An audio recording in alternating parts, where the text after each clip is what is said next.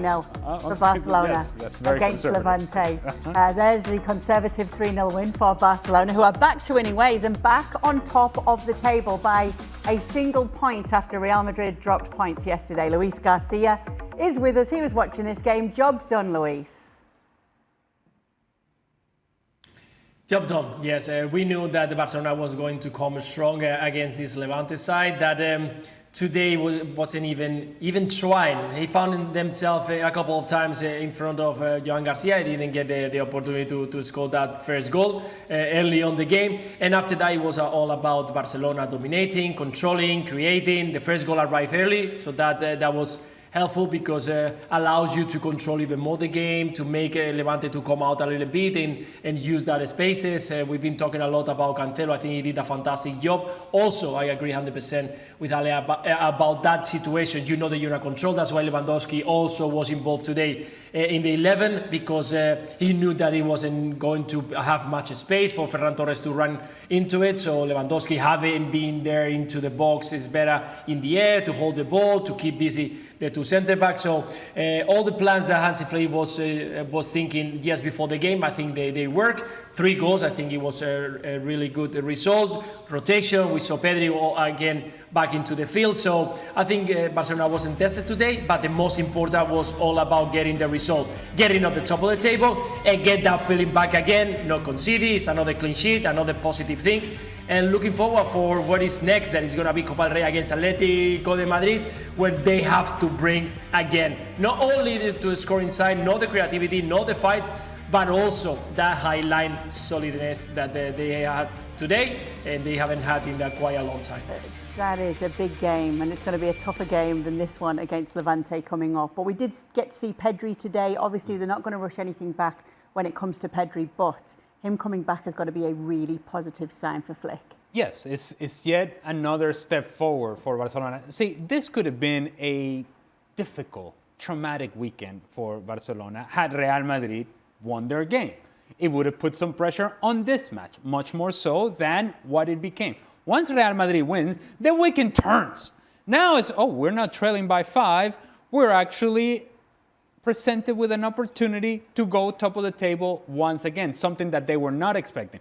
Pedri comes back from injury. He gets 30 minutes out there. Let me get a touch on the ball. Let me knock the ball here, knock the ball over there. Fermín López comes off the bench, scores a great goal. Joao Cancelo, who you put him out there, you think he's going to do something for you. He did a whole lot for you, played really well. And so there's a lot of things here that you can grab on to if you're Hansi Flick in Barcelona and say, hey, look at us. Yeah, it's a step forward. The feelings about Barcelona, a whole lot better. But it has to do and is dependent upon, and it will forever be dependent upon, particularly this season, what Real Madrid does and what they did or didn't do against Osasuna. That has made this weekend a whole lot better, and it sets up Barcelona for success. But to Luis's point, Villarreal is coming up. Atletico Madrid is coming up. And so those feelings that we have now with Barcelona against Levante, you have to sustain that against better teams. And Villarreal will be a better team, and Atletico Madrid will be a better team. Yes, absolutely. Let's talk about another player, Fermín López, if we can, Luis, because that was quite the goal from him. He's having a great season for Barcelona. Fantastic season. I think he's one of the most impressive players that we've seen so far this season because he brings a different energy. He's always on the run. He finds the pockets. He has the ability to score from both feet. Today was the left one, but we've seen beautiful one also with the right. And the best thing that he's got, he doesn't hesitate to get a chance. We've seen him trying this shooting from long distance, medium long distance many times. Almost every single weekend when he's on the field, he tried once or twice. So that means that he has confidence on that kind of situation. So look at that, numbers are very good, really improved from the previous year. He's playing more, he's being more, he signed a new contract.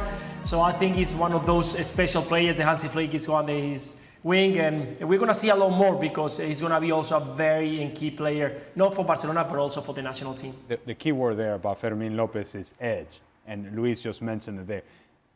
There's anger brewing within Fermín López. You can sense anger bubbling underneath the surface, and there's a certain passion that he plays with. And today in particular, I don't think he appreciated being left on the bench for Dani Olmo. And so he's given the opportunity to come on the field and does what he does in a moment in which the game had gone.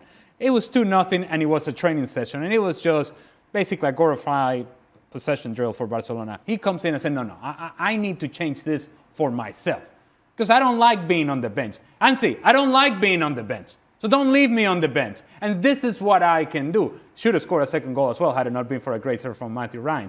But to the point of that anger and that edge, I think sometimes Barcelona misses out on that. Sometimes they fall so much in love with the passing, beautiful game and this and that and the other. Fermín López is a different type of player within that group. And you can see it. There's certain emotion to the way that he plays, a certain emotion to the way that he celebrated today. It means something to him.